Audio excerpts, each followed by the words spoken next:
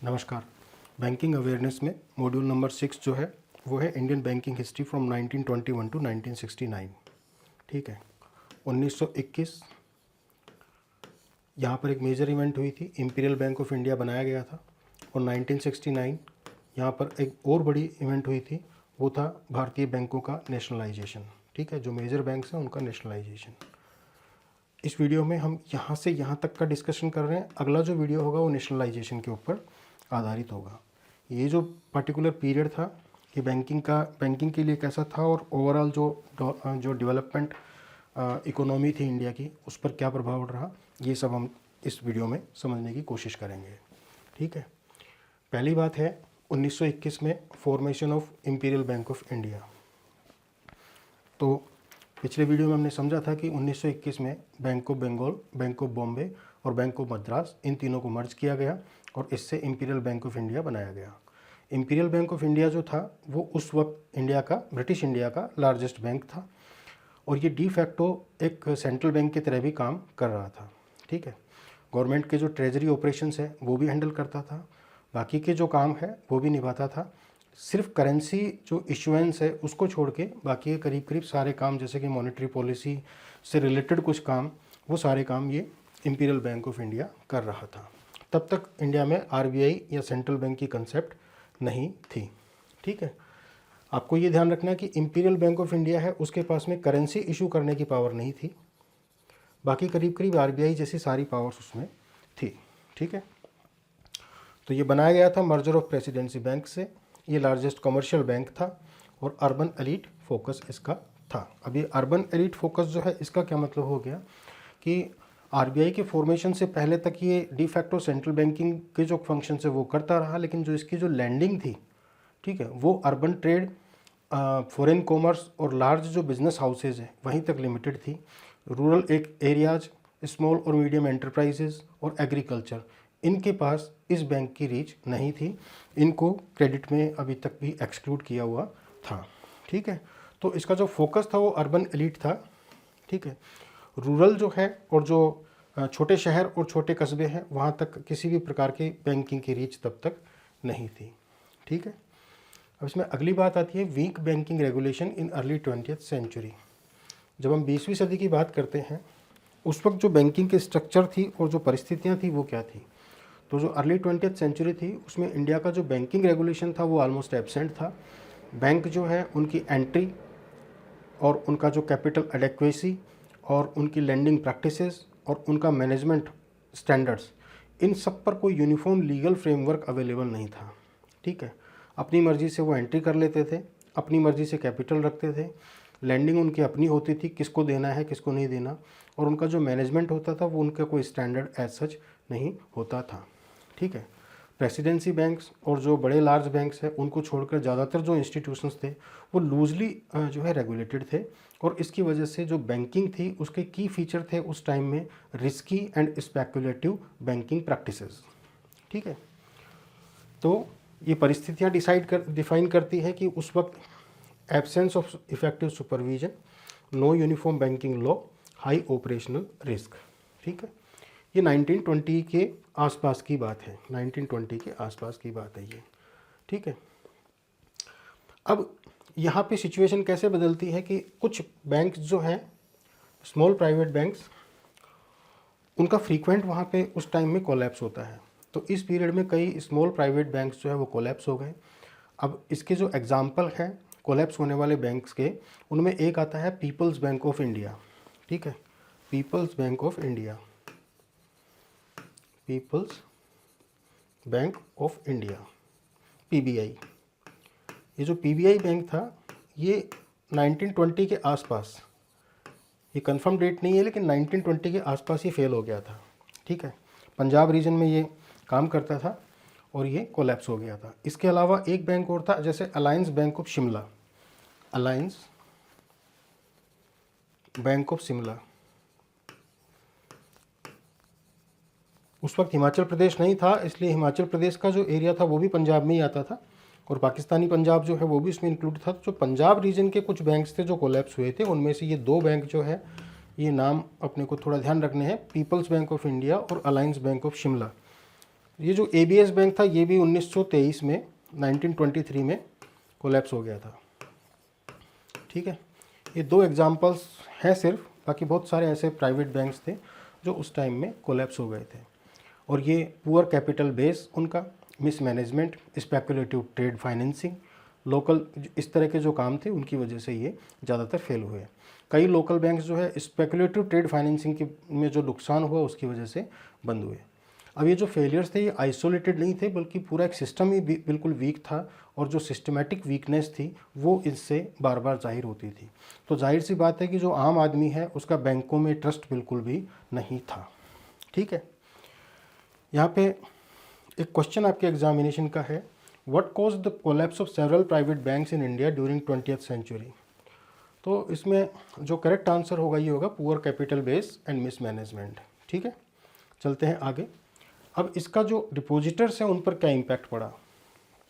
ठीक है, जो डिपॉजिटर्स थे उन पर इन परिस्थितियों का और इस सिस्टम का क्या प्रभाव पड़ा। तो बैंक फेलियर्स जो हैं उनका जो डायरेक्ट इम्पैक्ट है वो डिपॉजिटर्स पर पड़ा। उस वक्त डिपॉजिट इंश्योरेंस नाम की कोई चीज़ नहीं थी, कोई गारंटी गवर्नमेंट की तरफ से नहीं थी, इसलिए बैंक कोलैप्स का मतलब है कि जिस भी डिपॉजिटर का पैसा बैंक में है वो डूब जाता था। तो इसकी वजह से जो मिडिल क्लास सेवर्स और जो स्मॉल ट्रेडर्स हैं वो सबसे ज़्यादा प्रभावित हुए। जिन्होंने भी अपने पैसे इस प्रकार के बैंकों में रखे, उन बैंकों के जाने के बाद में उनकी जो सेविंग्स है वो वाइप आउट हो गई थी। ठीक है, तो इसकी वजह से क्या है कि जो फॉर्मल बैंकिंग सिस्टम था उसके प्रति ट्रस्ट तो डेवलप हो नहीं पाया, बल्कि जो फियर और मिसट्रस्ट है वो बढ़ गया। बार बार के जो बैंक फेलियर्स हैं उसकी वजह से पब्लिक का जो बैंकिंग सिस्टम में ट्रस्ट था वो ऑलमोस्ट टूट गया था 1920 और 30 के पीरियड के अंदर।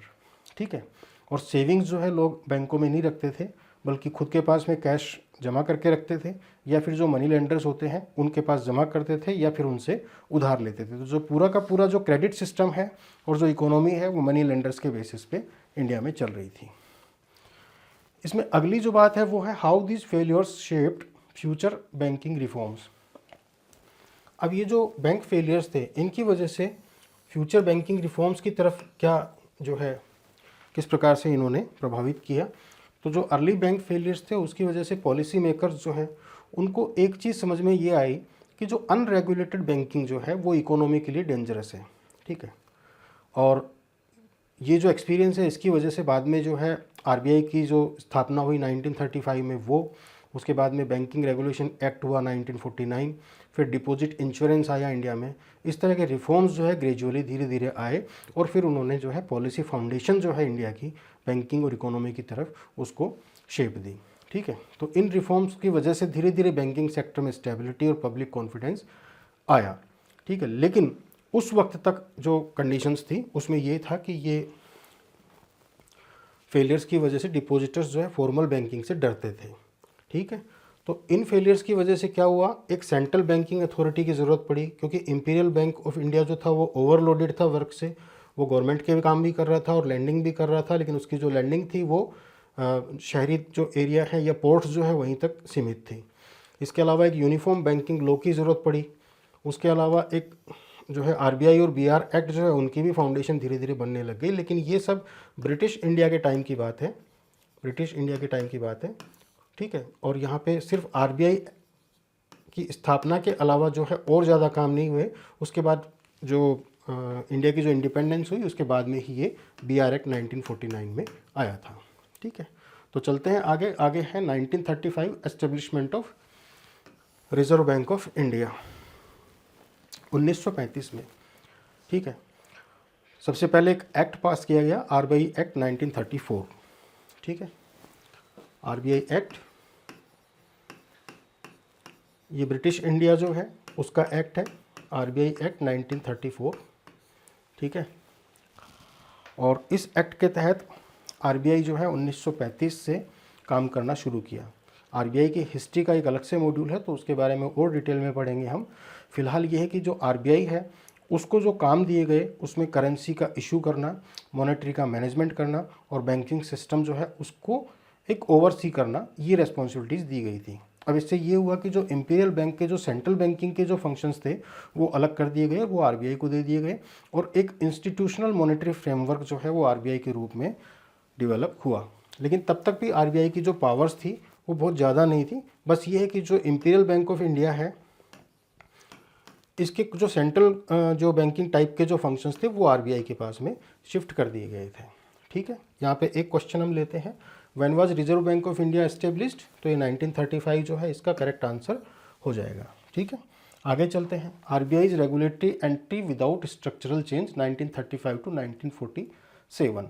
अब 1935 से 1947 तक, 1935 से 1947 तक ये जो पीरियड हुआ, इसमें क्या क्या हुआ? तो इसमें क्या है कि 1935 में आरबीआई की जो एस्टेब्लिशमेंट हुआ, उसके साथ पहली बार इंडिया में जो है एक सेंट्रलाइज्ड बैंकिंग रेगुलेशन आया। ठीक है, आरबीआई जो है उसने करेंसी इशूअर का रूप लिया, और इसके अलावा वो बैंकर्स बैंक बना, यानी जो बैंक होते थे जितने भी इंडिया में, उनका बैंक आरबीआई बना। और उसके अलावा एक रोल और मिला उसको, लेंडर ऑफ लास्ट रिजोर्ट। ठीक है, LORL, lender of last resort. ठीक है, यानी कहीं से भी पैसा नहीं मिले तो आरबीआई से पैसा मिलेगा, लेंडर ऑफ लास्ट रिजोर्ट। ये बैंकर्स के लिए है ये। ठीक है, ये 3 भूमिकाएं जो है आरबीआई को मिली। लेकिन जो कमर्शियल बैंक्स थे उस वक्त तक, उनकी जो ऑनरशिप पैटर्न है या फिर उनका जो बिजनेस मॉडल है, उसमें भी अभी तक कोई फंडामेंटल बदलाव नहीं आया था। ठीक है, आरबीआई बन गया, उसके अलग फंक्शंस हो गए, सेंट्रल बैंक वाले फंक्शंस वो कर रहा है, लेकिन ना तो आरबीआई में इतनी पावर थी कि वो कमर्शियल बैंक्स के बिजनेस मॉडल को चेंज करे या ओनरशिप के अंदर इंटरफेयर कर सके, ना ही गवर्नमेंट इतनी पावरफुल थी तब तक। ठीक है, और जो बाकी का जो बैंकिंग सिस्टम था वो अपने हिसाब से काम करता रहा। बैंक जो है अभी भी प्रॉफिट ओरिएंटेड इंस्टीट्यूशंस थे, उनके लेंडिंग जो डिसीजंस थे वो भी मार्केट लॉजिक पे या फिर उनकी अपनी प्रेफरेंसेस पर आधारित थे। डेवलपमेंट प्रायोरिटीज़ के ऊपर उनका कोई एज सच रोल उनका नहीं था। ठीक है, यहाँ पे एक क्वेश्चन देखेंगे। क्वेश्चन है, what was the primary role of RBI after its establishment in 1935। तो करेंसी इशू जो था ये इसका प्राइमरी रोल बन गया था। ठीक है, आगे चलते हैं। अब urban and port centric branch concentration, ये उस वक्त की एक कंडीशन थी बैंकों की कि ये जो फेज थी, इसमें जो बैंक की जो ब्रांचेस थी वो जनरली पोर्ट सिटीज़ में होती थी, जैसे बॉम्बे, कलकत्ता, मद्रास। ठीक है, सारे के सारे जो बैंक थे उनकी ब्रांचेस वहीं पे थी, और ये इसलिए थी क्योंकि वहाँ से एक्सपोर्ट इंपोर्ट ट्रेड होता था। जैसे ईस्टर्न इंडिया की जो कलकत्ता जो है वहाँ पे जूट का ट्रेड होता था। इसी तरह से वेस्टर्न इंडिया की बात करें तो जो बॉम्बे है वहाँ से कॉटन ट्रेड होता था। तो ट्रेड और शिपिंग फाइनेंस, इस तरह की जो प्राइमरी एक्टिविटीज़ थी उनको ये बैंक जो है फंड करते थे, और क्रेडिट जो सिस्टम जो था इनका वो करीब करीब उन्हीं की तरफ जो है इंक्लाइंड था। ठीक है, ईस्टर्न इंडिया में जूट का ट्रेड, वेस्टर्न इंडिया में कॉटन का ट्रेड। ठीक है, और इस तरह से उनको जो है एम्पल क्रेडिट मिल गया था। अब जो अंदर के डिस्ट्रिक्ट्स थे, अंदर के जो सिटीज़ थे या टाउन्स थे, वो बैंकिंग से अनबैंक्ड ही रहे, उनके पास में बैंकिंग की जो रीच थी वो नहीं थी। ठीक है, चलते हैं आगे। आगे है industry and trade dominance in lending. अब यहाँ पे एक बात ये आ जाती है कि जो लेंडिंग का जो प्रोसीजर था उसमें डोमिनेंस थी इंडस्ट्रीज़ और ट्रेड की। ठीक है, क्या था कि जो बैंक हैं वो लार्ज ट्रेडिंग हाउसेस और जो एस्टेब्लिश्ड इंडस्ट्रीज़ हैं उन्हीं को क्रेडिट देना सेफ़र और प्रॉफिटेबल समझते थे। Short term bills of exchange हो गए, या फिर एक्सपोर्ट फाइनेंस हो गया, या फिर वर्किंग कैपिटल लोन्स हो गए, इस तरह के जो लोन्स हैं ये दिए जाते थे किनको, बड़ी इंडस्ट्रीज़ को और एस्टेब्लिश्ड बिजनेस हाउसेस को। Small producers, medium producers, farmers, ठीक है, वो इस बैंक का जो अपना रिस्क फ्रेमवर्क है उसमें ये फिट नहीं होते थे, इसलिए सिस्टमेटिकली इन सबको जो है एक्सक्लूड ही किया गया था। ठीक है, तो जो बिज़नेस का मॉडल था बैंकों का वो था कि जो लार्ज फर्म्स हैं वो प्रेफर्ड बोरोवर्स थे उनके, शॉर्ट टर्म ये ट्रेड फाइनेंस करते थे। चूँकि जो एस्टेब्लिश्ड हाउसेज है उनमें रिस्क कम था, तो लो रिस्क हाई रिटर्न वाला जो फोकस था वो था इन बैंकों का। चलते हैं आगे। Near exclusion of agriculture from institutional credit. अब जो इंस्टीट्यूशनल क्रेडिट यानी जो फॉर्मल सिस्टम से या बैंकिंग सिस्टम से जो फार्मर्स को क्रेडिट मिलता है उसको हम बोलेंगे इंस्टीट्यूशनल क्रेडिट। ठीक है, हालात उस वक्त ये थे कि जो एग्रीकल्चर है उसको इस पीरियड में इंस्टीट्यूशनल बैंकिंग से ऑलमोस्ट कोई सपोर्ट नहीं था। बैंक जो है वो सीजनल फार्मिंग रिस्क, मॉनसून की डिपेंडेंसी और लैक ऑफ कोलेट्रल, ये 3 कारण थे जिनकी वजह से एग्रीकल्चरल लेंडिंग जो है उससे हमेशा बचते रहे। ठीक है। यहाँ तक कि पंजाब और यूपी जैसे जो स्टेट थे, यूनाइटेड प्रोविंसेस था उस टाइम में, और पंजाब रीजन था, ये एग्रीकल्चरली बहुत ही रिच रीजन थे, लेकिन जो यहाँ के फार्मर्स थे उनको भी बैंकों से लोन नहीं मिलता था। यहाँ के जो बड़े फार्मर्स थे उनको भी मनी लेंडर से ही लोन लेने पड़ते थे। तो इस वजह से एग्रीकल्चरल क्रेडिट जो है तब तक बिल्कुल भी नहीं था, और इसी वजह से एग्रीकल्चरल डेवलपमेंट जो है वो ऑलमोस्ट इस पीरियड में नील रहा। ठीक है, तो एग्रीकल्चरल लैंडिंग मिनिमल है, crop based finance model absent था, मनी लेंडर डोमिनेंस कंटिन्यूड। ठीक है, चलते हैं आगे। अब इन सब की वजह से रूरल इकोनॉमी जो है उसका क्या कॉन्सिक्वेंसेस हुआ। ठीक है, तो कॉन्सिक्वेंसेस क्या हुआ, इंस्टीट्यूशनल क्रेडिट का अभाव था, तो जो रूरल हाउस होल्ड्स थे वो क्या करते थे, हाई इंटरेस्ट पे इनफॉर्मल लोन्स लेते थे मनी लेंडर से, और इन्हीं पे वो डिपेंड रहते थे। अब इससे क्या होता था, परपीचुअल इंडेप्टेडनेस जो है उनका, जो हमेशा कर्जे में रहने वाली बात, और उनकी ज़मीन छिन जाती थी और गरीबी बनी रहती थी। आरबीआई की प्रेजेंस थी, लेकिन उसके बावजूद भी जो कमर्शियल बैंकिंग है उसका जो अर्बन एलीट बायस है, ठीक है, वो इंटैक्ट रहा 1960s के एंड तक। ठीक है, और इससे रूरल एरिया जो है उसमें डेवलपमेंट जो है ऑलमोस्ट ना के बराबर रहा। ठीक है, चलते हैं आगे। आगे है 1947 में इंडिपेंडेंस और शिफ्ट टू प्लान इकोनॉमी।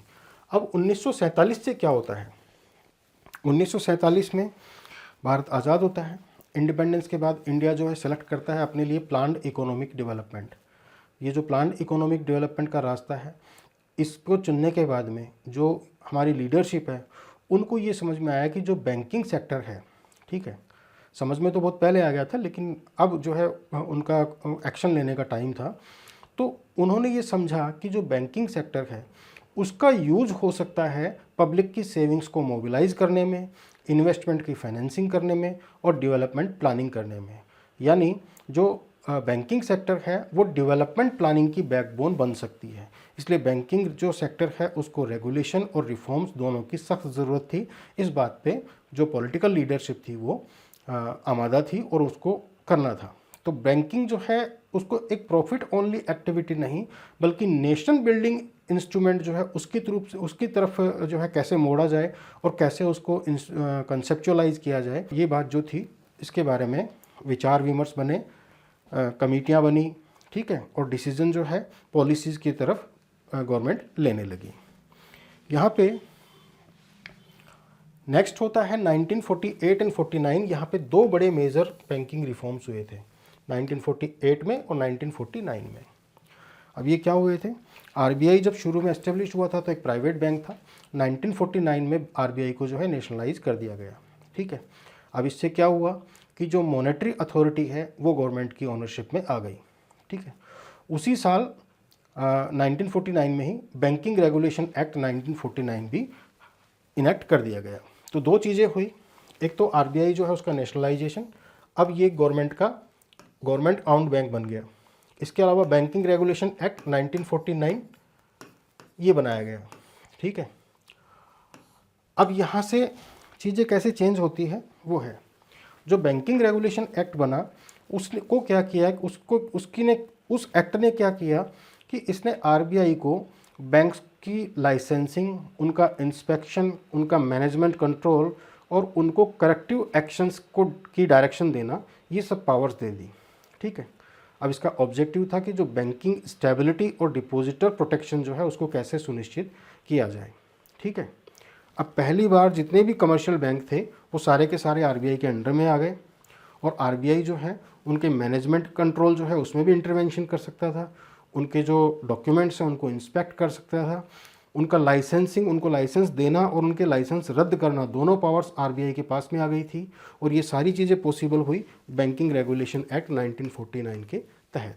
यहाँ पे एक क्वेश्चन लूँगा मैं आपके एग्जाम्स का, when was the reserve bank of India nationalised, पूछा जाता है कई बार, तो ये 1949 will be the correct answer of this question. ठीक है, आगे चलते हैं।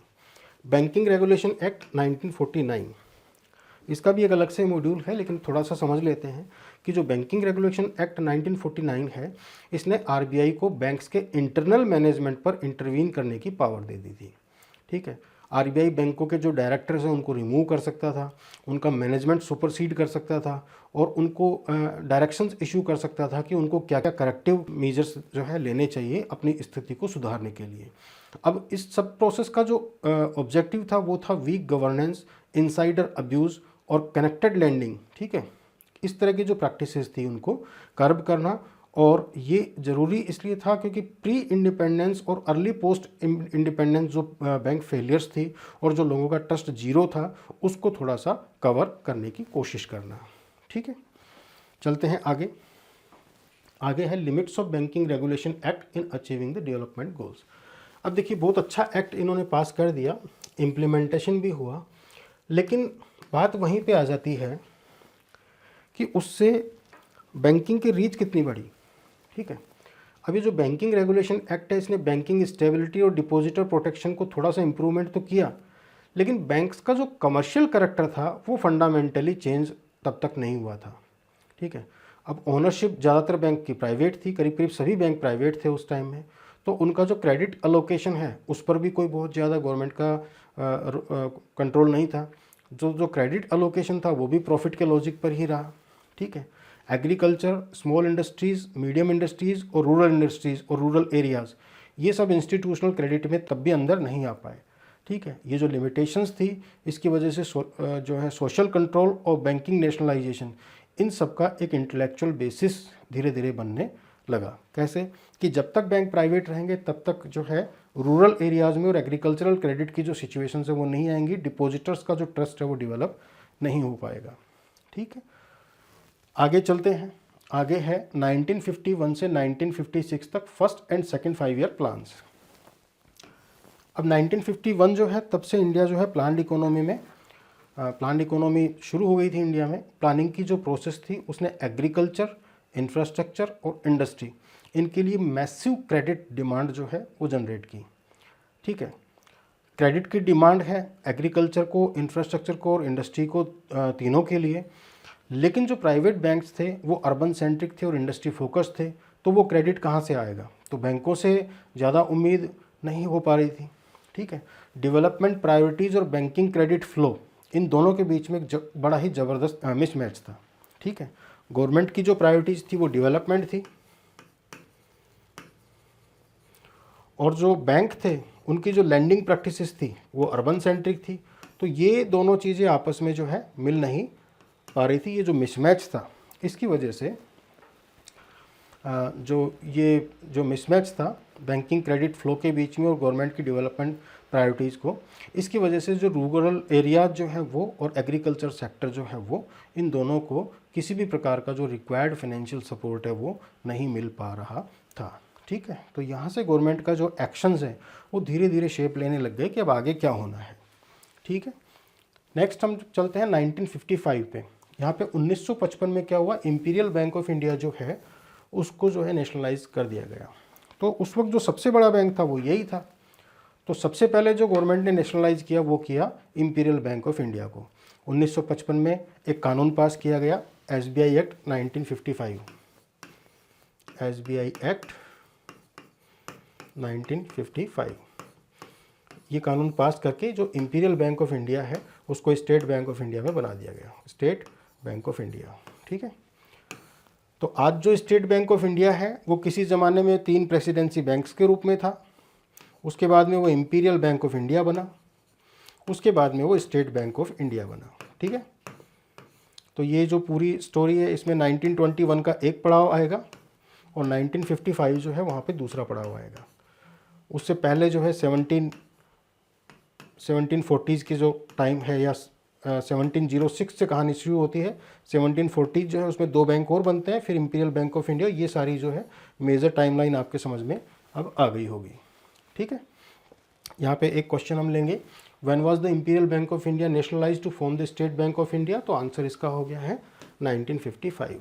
ठीक है, चलिए स्टेट बैंक ऑफ इंडिया बन गया। अब क्या, अब आगे है जो और बड़े बैंक थे उनमें आते हैं प्रिंसली स्टेट्स के बैंक। तो प्रिंसली स्टेट्स के बैंक्स क्या हैं, जब भारत आज़ाद हुआ था तो 562 के आसपास प्रिंसली स्टेट थे, रजवाड़े थे। जो बड़े रजवाड़े थे उनके अपने बैंक थे जिनको हम प्रिंसली स्टेट बैंक्स बोलते हैं। ठीक है। रजवाड़ों के अपने बैंक थे और ये जो प्रिंसली स्टेट्स थे इन्होंने अपने अपने जो बैंक एस्टेब्लिश किए थे। ये कुछ एग्जाम्पल इसके हैं, जैसे त्रावणकोर हो गया, मैसूर हो गया, पटियाला हो गया, बीकानेर हो गया, ठीक है। ये बड़े बैंक थे और ये क्या करते थे कि जो रूलर्स हैं वहाँ के, जो किंग्स हैं और जो प्रिंसेस हैं, उनकी जो ट्रेजरी की ज़रूरतें थी उन पर काम करते थे। उनकी जो रॉयल एस्टेट्स थी उनको फाइनेंस करते थे और जो उनका ट्रेड था उसको भी सपोर्ट करते थे। बस इनका जो काम था वो करीब करीब जो प्रिंसली स्टेट्स की जो रॉयल रिक्वायरमेंट्स थी उन्हीं पर सीमित थी, ठीक है। तो ये कौन प्रिंसली स्टेट बैंक क्या थे? ये बैंक थे जो प्रिंसली स्टेट्स के रूलर्स के द्वारा आउंड थे, ठीक है। ये मालिक थे इसके, इन सब के। इनका जो काम था वो लोकलाइज्ड और लिमिटेड ऑपरेशन का था और अनइवन बैंकिंग प्रैक्टिसेस थी इनकी, ठीक है। आगे क्या हुआ? आगे है इन प्रिंसली स्टेट्स की जो वर्किंग है, एक बार हम उसको थोड़ा फोकस कर लें, उसके बाद में फिर इनका कंसिक्वेंस क्या हुआ वो देखेंगे। तो ये बैंक, जैसे मैंने आपको अभी बताया, ये बैंक जो है ये जो रूलर्स होते थे उनकी ट्रेजरी की ज़रूरतों को पूरा करते थे, उनके लोकल ट्रेड में सपोर्ट करते थे और लिमिटेड पब्लिक बैंकिंग होती थी। जो प्रिंसली स्टेट्स के बड़े सेठ साहूकार थे उनकी बैंकिंग होती थी। स्मॉल और जो मीडियम और इस तरह का जो काम था वो इन सब का नहीं होता था। इनका जो ऑपरेशन एरिया था वो काफ़ी छोटा था, ठीक है। और जो मॉडर्न कमर्शियल प्रैक्टिसेस होती हैं जैसे कि प्रोफेशनल क्रेडिट अप्रेजल हो गया, डाइवर्सिफाइड लैंडिंग हो गया, लार्ज स्केल ब्रांच बैंकिंग हो गया, ये सब नहीं था, ठीक है। हर प्रिंसली स्टेट के अंदर जो है कुछ ब्रांचेज होती थी उस स्टेट बैंक की, प्रिंसली स्टेट बैंक की, और वो यूनिफॉर्मली उनका कोई डेवलपमेंट नहीं हुआ था ब्रांचेस का। और ओवरऑल जो बैंकिंग स्टैंडर्ड्स थे वो पूरे देश में जो है अनइवन थे, कहीं ज़्यादा था कहीं कम था, ठीक है। अब आज़ादी आई, आज़ादी के बाद में इंडिया का पॉलिटिकल इंटीग्रेशन हुआ, सारी जो रियासतें थी वो भारत के अंदर शामिल हो गई। तो जब पॉलिटिकल इंटीग्रेशन हो गया प्रिंसली स्टेट्स का, तो जो इकोनॉमिक इंटीग्रेशन है वो भी धीरे धीरे हुआ और तब वहाँ पे ज़रूरत महसूस हुई कि जो ये प्रिंसली स्टेट के जो बैंक्स हैं इनको भी भारत का जो बैंकिंग इंटीग्रेशन है उसमें शामिल किया जाए और जो फ्रेगमेंटेड फाइनेंशियल सिस्टम पूरे देश में बना हुआ है उसको एक यूनिफाइड नेशनल फ्रेमवर्क जो है उसमें शामिल किया जाए, ठीक है। आगे चलते हैं। आगे है integration of princely banks into the SBI system. अब ये जो प्रिंसली स्टेट्स के जो बैंक्स हैं इनको क्या किया गया, इनको एसबीआई के सिस्टम में 1955 में, देखिए 1955 में एसबीआई बना, इसके जस्ट 4 साल बाद में गवर्नमेंट ने एक एक्ट और पास किया, ठीक है, 1959 में, और इस एक्ट का नाम था एसबीआई सब्सिडियरी बैंक्स एक्ट 1959। अब इस एक्ट में क्या हुआ, ये जो प्रिंसली स्टेट्स के बैंक थे इन सबको एसबीआई में मर्जर कर दिया गया, ठीक है। तो 1959 में एसबीआई सब्सिडियरी बैंक्स एक्ट जो है उसके माध्यम से जो मेजर प्रिंसली स्टेट बैंक्स थे इंडिया में उन सबको स्टेट बैंक ऑफ इंडिया के ग्रुप में शामिल कर दिया गया और वो उसको सब्सिडियरी बना दिए गए, ठीक है, एसबीआई के सब्सिडियरी। तो इससे जन्म हुआ किसका, स्टेट बैंक ऑफ त्रावणकोर का, स्टेट बैंक ऑफ पटियाला का, state bank of Bikaner and Jaipur का। इस तरह के जो बैंक हैं ये सब जो है एसबीआई के सब्सिडियरी बने और किसके through, SBI subsidiary banks act 1959 के थ्रू, ठीक है। और इसका जो ऑब्जेक्टिव था वो था रीजनल बैंकिंग इंस्टीट्यूशन को स्ट्रेंथन करना और एक यूनिफॉर्म बैंकिंग स्टैंडर्ड्स जो है पूरे देश में लागू करने की कोशिश करना और जो रूरल और सेमी अर्बन एरियाज है वहाँ पर बैंकिंग रीच को बढ़ाना। अब इससे ये हुआ कि ये बैंक जहाँ जहाँ मौजूद थे वो सब सीधे के सीधे एसबीआई के सिस्टम में आ गए, ठीक है। चलते हैं आगे। अब ये जो प्रिंसली बैंक का जो इंटीग्रेशन हुआ इसकी क्या इंपॉर्टेंस है, इससे क्या हुआ, तो प्रिंसली बैंक्स का जो इंटीग्रेशन हुआ उसने क्या किया, इंडियन बैंकिंग का जो नेशनलाइजेशन जर्नी है उसका एक महत्वपूर्ण ये पड़ाव था, एक इमीडिएट स्टेप था उस वक्त। फ्रेगमेंटेड जो रीजनल बैंकिंग स्ट्रक्चर उसको ख़त्म हो गई इसके साथ में, और जो बैंकिंग सिस्टम था वो ब्रॉड हो गया, थोड़ा सा कोहेसिव हो गया, ठीक है। लेकिन तब तक भी क्रेडिट प्रायोरिटीज़ जो है उसमें और इमीडिएट कोई रेडिकल चेंज एज सच नहीं आया था। लेकिन ये जो स्टेप थी ये एक डेवलपमेंट फोकस्ड बैंकिंग के लिए जो ज़मीन तैयार करने की जो कोशिश होती है उसमें ये शामिल थी। एक इंस्टीट्यूशनल बेसिस जो है ये बन गया। कैसे बना इसको थोड़ा आगे पढ़ेंगे। 1950 और 1960 में जो ऑनरशिप पैटर्न है और इंडस्ट्रियल डोमिनेंस है एक बार हम उसको देख लेते हैं, ठीक है। 1950 और 1960 में जो बड़े बैंक थे, किसके अलावा, एसबीआई और उसके ग्रुप के अलावा जो बाकी के जो बैंक थे वो सारे के सारे बैंक जो है वो प्राइवेट ओनरशिप में ही थे, और जो ज़्यादातर जो थे वो बड़े इंडस्ट्रियल हाउसेस द्वारा कंट्रोल्ड थे, उन्हीं के वो प्रोमोटर्स थे। ठीक है, ये बैंक्स जो हैं अक्सर अपने प्रोमोटर ग्रुप्स जो है उन्हीं को प्रेफरेंस लोन्स देते थे, और इसकी वजह से क्या था, जो इकोनॉमिक पावर है वो कुछ हाथों में ही कंसंट्रेट उस वक्त तक थी।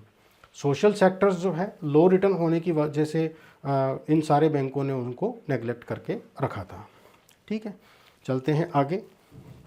Rural credit reality by 1960s। अब 1960s में जो रूरल क्रेडिट है उसकी क्या स्थिति थी? पहली चीज़, केवल 22% जो ब्रांचेस थी वो रूरल एरिया में थी, पहली चीज़। दूसरी चीज़, एग्रीकल्चरल लोन जो थे वो टोटल क्रेडिट का सिर्फ 2% थे, यानी एग्रीकल्चर को ऑलमोस्ट 1960s में एग्रीकल्चर को ऑलमोस्ट ना के बराबर लोन मिलते थे। तो जो फार्मर्स थे तब भी इनफॉर्मल जो मनी लेंडर्स थे उन्हीं पे डिपेंड थे, उनकी इंटरेस्ट रेट हाई होती थी, एक्सप्लॉयटेटिव होती थी। रूरल डेवलपमेंट जो है उसमें जो फंड्स की रिक्वायरमेंट होती थी वो हार्डली इनसे मीट हो सकती थी। ठीक है, चलते हैं आगे। 1960 में दो घटनाएं और घटी। दो बड़े बैंक थे, एक लक्ष्मी बैंक और एक पलाई सेंट्रल बैंक। लक्ष्मी बैंक और पलाई सेंट्रल बैंक, ठीक है, ये दोनों फेल हो गए 1960 में।